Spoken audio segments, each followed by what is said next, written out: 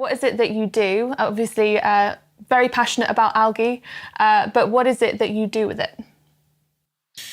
What we do with it is we figured out a way of growing it on a very large scale. I think the algae industry has been in existence for 60, 70 years. People have figured out that algae can do all sorts of wonderful things, but nobody's figured out how to grow a lot of it, and nobody's figured out how to grow it cheap enough. And we can talk a little bit more about our technology and why we've unlocked the secret to growing algae on a very large scale. But our goal is to double global algae production from just one site within the next 5 years. And we want to use it for food to start off with, as a substitute for meat and fish, as a healthy protein source, as a healthy source of lipids, oils, omega-3s, and as a source of pigments.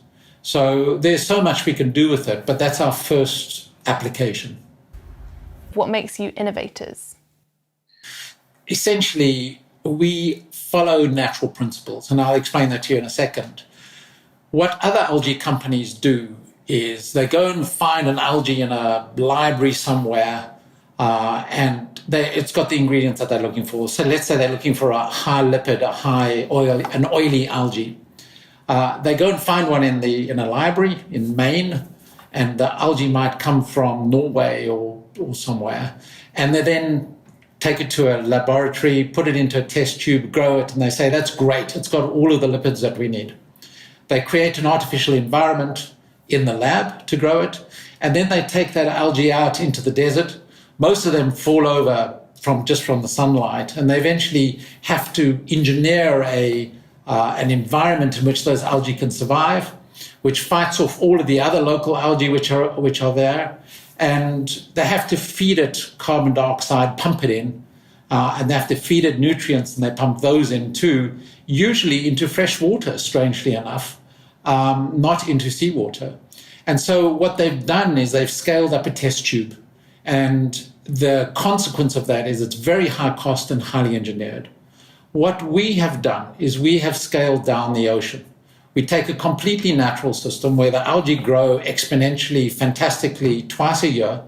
And in the ocean, what algae does is there's some dormant algae there, what's called stationary phase algae. And let's say there's 20 kilograms of it in the ocean.